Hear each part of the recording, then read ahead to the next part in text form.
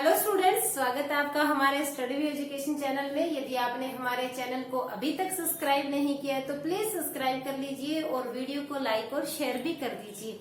आज का जो सेशन रहेगा वो राजस्थान हाई कोर्ट स्टेनोग्राफर 2023 का जो अभी एग्जाम होने वाला है 9 से लेकर के जो 17 अक्टूबर के बीच में, तो उसमें जो अपना स्किल है उससे रिलेटेड कुछ इम्पोर्टेंट बातें हैं, उन्हीं को ध्यान में रखते हुए आज की जो सेशन है वो मैंने बनाई है। क्या है कि बार बार बच्चे कमेंट कर रहे हैं हमारे स्टडी व्यू एजुकेशन चैनल के ऊपर कि मैडम ये जो है कि इस तरह बार बार जो भी उनके क्वेश्चन आ रहे हैं कि ये होगा या नहीं होगा, वो होगा या नहीं होगा, एग्जाम कैसे होगा, किस तरह की उसमें कोमाएं लगानी है कि नहीं, विराम लगाए, तो उन सभी क्वेश्चंस का आंसर देते हुए मैंने ये वीडियो बनाई है। मैंने एक वीडियो पहले भी एक अच्छी सी बना दी थी, उसके अंदर एक स्किल का पूरा उसका डाटा बता दिया कि स्किल कैसे होगा, एफिशिएंसी कैसे होगी, एक्यूरेसी कैसे होगी। उस वीडियो का जो लिंक है वो डिस्क्रिप्शन बॉक्स में इसी वीडियो में दे देंगे, तो आप वो वीडियो भी जरूर देखिएगा। और परीक्षा देने से पहले ये जो है ध्यान रखने वाली कुछ बातें हैं वो उसको आपने जरूर आवश्यक रूप से ध्यान रखना है और वहीं पर रिमाइंड भी करना है। तो बात कर लेते हैं आज की कि जो एग्जाम की जो दृष्टि से अपने लिए कौन कौन सी बातें इंपॉर्टेंट हैं। देखिए, जिस दिन अपना स्किल होगा, अभी जो 9 तारीख से ही 9 अक्टूबर से एग्जाम शुरू होने वाला है बच्चों का, फर्स्ट 2 शिफ्ट में हो रहा है, जयपुर में हो रहा है, सभी बच्चों का जयपुर में हो रहा है, एक ही सेंटर आया पूरे राजस्थान के अंदर। तो अपने क्या करना है बच्चों कि जैसे ही अपने क्या कर लेते हैं स्किल का स्टेनो लिख लेते हैं, स्टेनो लिखने के बाद उसको ट्रांसलेट करना है, वहां से बातें स्टार्ट होंगी ध्यान में रखने वाली।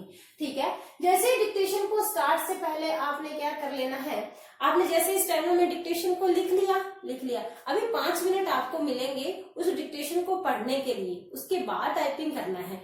आपने क्या करना है कि आप 5 मिनट तो वो, और 5 मिनट जो 50 मिनट है अपने पास पूरी उस डिक्टेशन को डिक्टेट करने के लिए, तो 50 मिनट है, उस 50 में से भी 5 और निकाल के 10 मिनट आपने इस डिक्टेशन को पूरा पढ़ना है, आराम से पढ़ना है।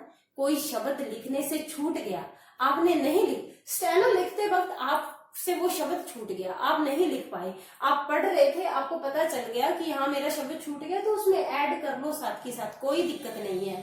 कोई ऐसा डिफिकल्ट वर्ड आ जाए जो आपको स्टेनो से नहीं पहचान में आ रहा, तो कोई दिक्कत नहीं है, आप वहां उसमें हिंदी में लिख दो, हिंदी में हल्की पेंसिल से लिख दो। बट हाँ, लिख दिया पर आप आते वक्त उसको हल्के हाथ से इरेज जरूर कर देना, नहीं तो नंबर कट जाएंगे। अपने स्टेनो के भी नंबर होते हैं, ठीक है, स्टेनो के भी नंबर बनेंगे, ये कॉपी वो रख लेंगे अपने पास, आपको कुछ नहीं देंगे साथ में लाने के लिए, तो वहां अगर हिंदी बनी रहेगी तो अपने नंबर कट जाएंगे, इस बात का भी ध्यान रखना है।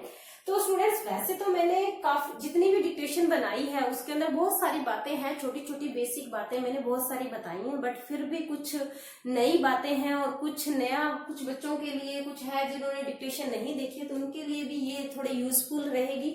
तो आगे क्या करना है कि जैसे डिक्टेशन स्टार्ट करने से पहले टैब यूज नहीं करने। ये क्वेश्चन में बहुत कंफ्यूज हो रहे हैं बच्चे कि मैडम जैसे डिक्टेशन स्टार्ट करते हैं टाइप करने के लिए पीसी के ऊपर, तो टैब बटन का यूज करें क्या? नहीं करना, ठीक है, टैब बटन का यूज नहीं करना, टैब चलती होगी फिर भी आपने यूज नहीं करना।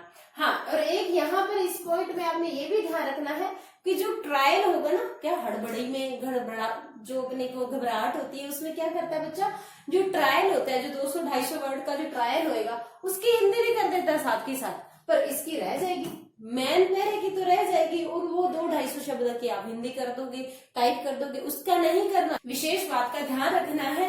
और हाँ, जो 200-250 वर्ड आपकी जो ट्रायल चले ना वो लिखना जरूर, आपके हाथों को थोड़ी सी समझ आ जाएगी, परीक्षा देने आए हैं, घबराहट होगी वो भी कम हो जाएगी, आप अपने आप को कंफर्टेबल फील करोगे वहां पे, तो वो लिखना जरूर है। ऐसे नहीं कि चलो जी लिख लिया और बात खत्म, नहीं, ऐसा नहीं, लिखना जरूर है, ठीक है।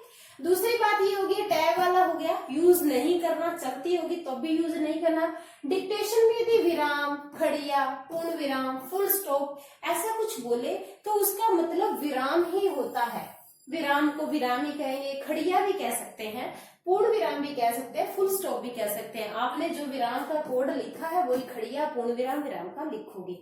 आगे क्या कहना है, डिक्टेशन में हाइफन वाले जो शब्द होते हैं ना उनमें हाइफन नहीं लगाना, ठीक है। जैसे कि ये हो गया, जैसे माता पिता हो गया, माता हाइफन पिता, ठीक है। ये माता पिता वाले शब्द हो गए। जैसे अपने क्या हो गए, प्रार्थना पत्र हो गया, ऐसे प्रार्थना पत्र, ये वाला प्रार्थना पत्र, इसके बीच में ये हाइफन लगता है। माना बात कि ऐसे सही हिंदी, शुद्ध हिंदी में तो ऐसे ही लिखना है, परंतु हाईकोर्ट हाइफन है जो नहीं लगाता, आपने ये नहीं लगाना है, ठीक है।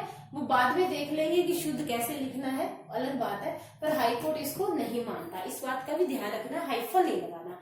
अब डिक्टेशन में बहुत ही शुद्ध हिंदी लिखनी है आपने। डिक्टेशन में बहुत ही शुद्ध हिंदी लिखने का मतलब ये है कि किसमें बड़ी ई की मात्रा आएगी, किसमें बड़े ऊ की मात्रा आएगी, को की किधर आएगी, कैसे आएगी, ये सब चीजें, किसमें आधा तय लगेगा, किसमें पूरा तय लगेगा, इन बातों का भी विशेष ध्यान आपने रखना है। नेक्स्ट देख लेते हैं। नेक्स्ट रह जाएगा यदि कोई धाराएं आ जाए, ठीक है, धाराएं आएंगी।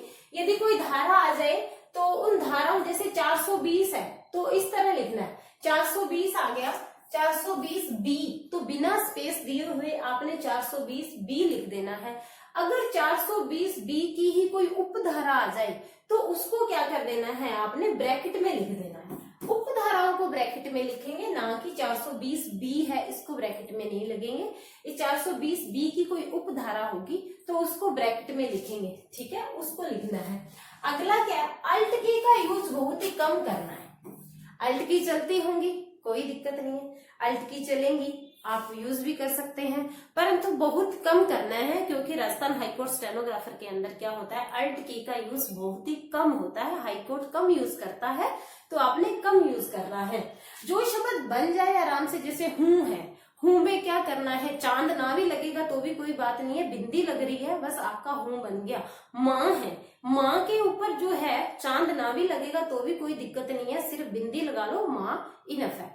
पूरा उसका लिखने की जरूरत, अपने अल्ट की के साथ उसको लिखने की जरूरत नहीं। जैसे पुनरावृत्ति है, उसमें आधा तय आता है तो आप शिफ्ट के साथ आधा तय लगा लो, कोई दिक्कत नहीं। दूसरी बात ये कि देखना, उसे पूरा शब्द लिख के उसके नीचे हलंत लगा दो, कोई दिक्कत नहीं है। दंड है, उसमें आधा अणय आता है, अणय खली वाला जो अणय आता है, आप वो आधा अणय लगा लो, ऊपर बिंदी लगाने की आपको जरूरत नहीं है। जैसे भी आप वो दोनों ही दंड सही रहेंगे, ठीक है। नेविगेशन की बंद होगी, ऐसा इंस्ट्रक्शंस में लिखा हुआ है कि नेविगेशन की होगी वो बंद होगी।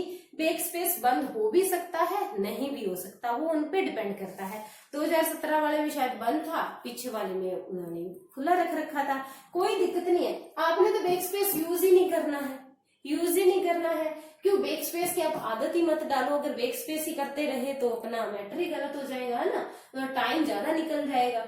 नेविगेशन की बंद रहेगी। ये भी आपको पता है कि अगर मैंने डिक्टेशन यहाँ से डिक्टेट करना शुरू किया और मैं यहाँ तक चली आई, जब मुझे पता चला, मैंने उसको रीड किया, पढ़ा, तो मुझे पता चला कि मेरी यहाँ पर क्या आ गई, गलती आ गई। तो अब ऊपर लास्ट पीछे जाने के दो ही ऑप्शन है, या तो आप बैक स्पेस से पीछे जाओगे और या फिर आप नेविगेशन की से जाओगे। तो नेविगेशन की है वो तो बंद है, जा नहीं सकते। आप बैक स्पेस से जाओगे तो बैक स्पेस से जाओगे तो ये जो सारा मैटर है वो डिलीट करते हुए जाओगे, डिलीट करते जाओगे, फिर यहाँ पे जाके आप अपनी गलती है वो सुधार पाओगे। फिर आपको ये सारा मैटर फिर से टाइप करना पड़ेगा, तो इससे आपका टाइम वेस्ट हो जाएगा, इतने में आपका टाइम निकल जाएगा। इससे अच्छा क्या है कि आपकी जो स्टेनो की जो कॉपी है उसको उठाओ और एक लाइन टाइप की, एक उसमें से एक लाइन सही से पढ़ा, उसी लाइन को टाइप किया, फिर दूसरी लाइन पढ़ी, फिर उसी लाइन को टाइप की, फिर तीसरी लाइन पढ़ी, फिर उसी को टाइप की, और क्रॉस चेक साथ के साथ करते चले जाओ ताकि गलती होने की गुंजाइश ही ना बचे, ठीक है। इस बात का भी आपने ध्यान रखना है। स्टेनो कॉपी के 2 पेज बना लेने हैं। आपके पास स्टेनो डायरी है, अभी अपन जो नॉर्मल क्लास में यूज करते हैं वो डायरी थोड़ी बड़ी होती है, पेज ज्यादा होते हैं, वहां भी सेम डायरी मिलेगी आपको, ठीक है, सेम डायरी मिलेगी। और आपने क्या करना है, उस डायरी को भी क्या कर लेना है, 2 भागों में बांट लेना है, ठीक है। डायरी के नहीं, डायरी के पेज को, ये डायरी का पेज है ना, इसी को 2 भागों में बांट लेना है। तो आपने ये इतने जल्दी जल्दी यहाँ पे आराम से लिखा जाएगा, टाइम भी वेस्ट नहीं होगा, ठीक है। नेक्स्ट क्या ध्यान रखना है कि पैराग्राफ चेंज करेंगे, एंटर से करना है। पैराग्राफ चेंज करेंगे ना तो एंटर दबाएंगे तो पैराग्राफ अपने आप चेंज हो जाएगा। टैब नहीं देनी है वहां पे, ठीक है, टैब नहीं देनी कि पैरा यहाँ से स्टार्ट कर रहे हैं तो ये यहाँ से स्टार्ट हो जाए, मैं यहाँ टैब दे दूं, नहीं, टैब नहीं देनी। पैराग्राफ में सीधा नॉर्मल एंटर करेंगे, पैरा अपने आप शुरू हो जाएगा, ठीक है। नेक्स्ट देख लेते हैं, नेक्स्ट में क्या है, अच्छे से कीबोर्ड जांच करें, गलती ना करें, ठीक है। बैक स्पेस चलेगा, चलेगा जब आप यूज कर रहे हो ना, आपको मिलेंगे। जब आप एग्जाम शुरू होने से पहले आपको टाइम दिया जाएगा कि आप कीबोर्ड अच्छे चेक कर लो, माउस का भी अच्छे से चेक कर रहे हैं ना, क्योंकि माउस हमें एफिशिएंसी में काम देगा। वहां पर अपने को माउस का ही सारा काम है, आपको पता ही है। तो अपने कीबोर्ड अच्छे से चला लेना, नेविगेशन की भी चलेगी, न्यूमेरिकल की भी चलेंगी, सारी की सारी की चलेंगी, बस नेविगेशन की बंद रहेगी, तो ठीक है इस टाइम से। और कोमा को यूज जहां जरूर तो वहीं लगाएं, कोमा नहीं बोले जाएंगे, जैसे कि न्यूज में आ रहा है और अभी कह भी रहे हैं और पता भी किया है कि कोमा नहीं बोले जाएंगे। यदि कोमा नहीं बोले जा रहे हैं तो जहां नेसेसरी है, जहां जरूरत है, जहां आवश्यक है, वहां कोमा आप अपने स्वयं के, आप अपने सेंस से लगाएंगे। तो थोड़ा ग्रामर देख लीजिएगा कि कहाँ कोमा का यूज होता है, वहां देख लेना।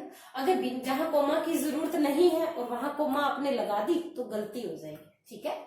यदि डिक्टेशन के अंदर क्या हो, इन शब्दों की बड़ी कंफ्यूजन रहती है कि ये जो शब्द आ गए, जैसे किए, ये भी किए सही है, ये भी किए सही है, गए ये भी सही है, गए ये भी सही है, चाहिए ये भी सही है, चाहिए ये भी सही है। इनको कैसे करेंगे? इनको देखो ऐसे करेंगे कि अगर आ जाए किए, मान लो कि आपकी पूरी डिक्टेशन में 4 बार किए आ गया या 3 बार किए आ गया, तो आप ना इस किए को 3 बार आ गया तो 2 बार ये वाला किए लिख लो और 1 बार ये लिख लो। वो उन पर डिपेंड करता है, उनका सॉफ्टवेयर इसको सही करेगा या इसको से, इसका कोई कुछ नहीं कह सकता। तो वो इसको सही करेगा, इसको सही करेगा।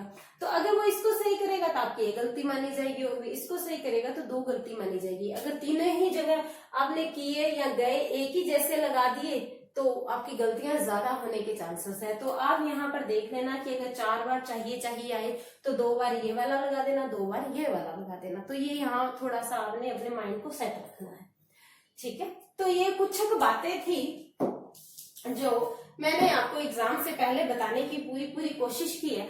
बाकी मैंने अपनी डिक्टेशन के अंदर हर बेसिक बात, जो छोटी छोटी बातें बहुत सारी मैंने बताई हैं, और ये कुछ है। और आप बस यही है कि अभी लास्ट टाइम है, 2 दिन बचे हैं एग्जाम शुरू होने के, तो प्लीज आप घबराएं नहीं, अपने स्वास्थ्य का पूरा ध्यान रखें, प्रॉपर नींद लें।